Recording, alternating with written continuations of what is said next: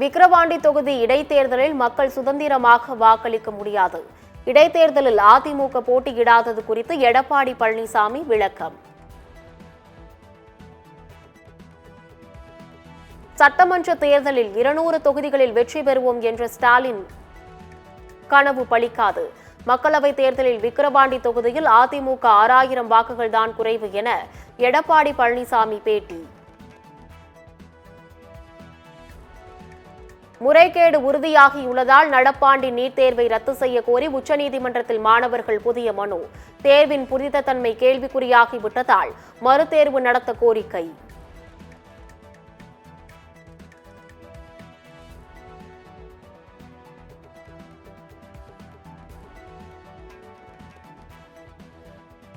விக்கிரவாண்டி இடைத்தேர்தலில் அதிமுக போட்டியிடாதது பாஜக மேலிட உத்தரவு. முன்னாள் மத்திய அமைச்சர் ப. சிதம்பரம் விமர்சனம்.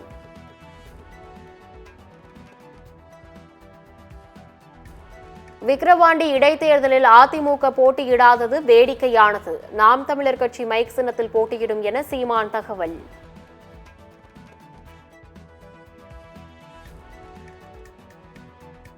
காஷ்மீர் பயங்கரவாத தாக்குதல்கள் தொடர்பாக மத்திய உள்துறை அமைச்சர் அமித்ஷா தலைமையில் உயர்மட்ட குழு கூட்டம் தொடங்கியது. தேசிய பாதுகாப்பு ஆலோசகர், ராணுவ தலைமை தளபதி, காஷ்மீர் துணைநிலை ஆளுநர் உள்ளிட்டோர் பங்கேற்பு.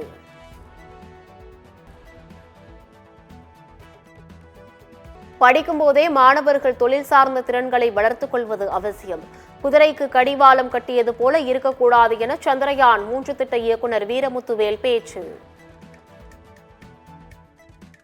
கோயம்பேடு சந்தைக்கு வரத்து குறைந்துள்ளதால் தக்காளி, சின்ன வெங்காயம் விலை கடும் உயர்வு. தக்காளி சில்லறை கடைகளில் 1 கிலோ 90 ரூபாய்க்கு விற்பனை.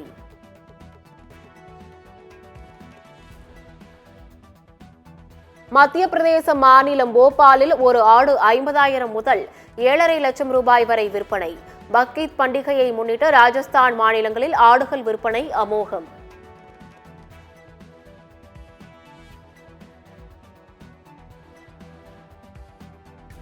சென்னையில் வருகிற 20ஆம் தேதி 2 வந்தே பாரத் ரயில் சேவையை துவக்கி வைக்கிறார் பிரதமர் மோடி.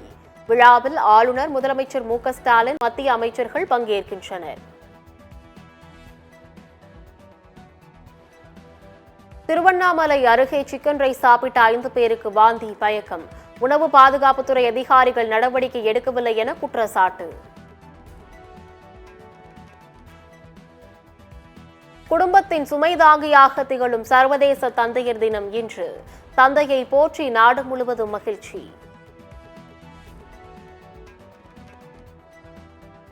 பரந்தூரில் விமான நிலையம் அமைப்பதை எதிர்த்து ஆந்திராவிற்கு புலம்பெயர ஏகனாபுர கிராம மக்கள் முடிவு. சித்தூர் மாவட்ட ஆட்சியரிடம் மனு கொடுக்க தயாராகும் ஏகனாபுர கிராம மக்கள்.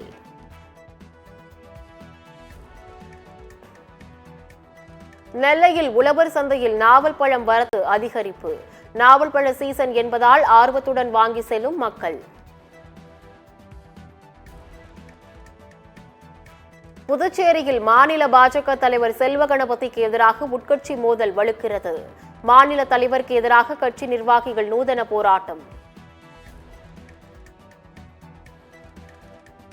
ஹைதராபாத்தில் நீட் தேர்வு முறைகேடுகளை கண்டித்து போராட்டம் நடத்திய மாணவர்கள் சங்கத்தினரை கைது செய்தது போலீஸ். நடிகர் விஜயின் தமிழக வெற்றி கழகத்தில் கட்சிக்காக உழைப்பவர்களுக்கு மட்டுமே பதவி. தவேக பொதுச் செயலாளர் புசி ஆனந்த் உறுதி. நாடாளுமன்றத்தில் மக்களுக்கான குரல் வலுவாக ஒலிக்கப் போகிறது. 2026 சட்டமன்ற தேர்தலில் 200க்கும் மேற்பட்ட தொகுதிகளில் திமுக கூட்டணி வெற்றி பெறும் என மு க ஸ்டாலின் நம்பிக்கை. 2 தொகுதிகளில் வெற்றி பெற்ற ராகுல் காந்தி வயநாடு எம்பி தொகுதியை ராஜினாமா செய்ய வாய்ப்பு. ராகுல் காந்தியின் முடிவு நாளை தெரியவரும் என காங்கிரஸ் தரப்பில் தகவல். ஜப்பானில் 1000க்கும் மேற்பட்டோருக்கு அரிய வகை நோய் பாதிப்பு. நோய் பரவல் அதிகரித்துள்ளதால் மக்கள் அச்சம். ஜம்மு காஷ்மீரில் நடைபெற்ற தேசிய அளவிலான குத்துச்சண்டை போட்டியில் நரிக்குறவர் மாணவர் தங்கப்பதக்கம். சாதனை படைத்த மயிலாடுதுறை மாணவருக்கு பாராட்டு.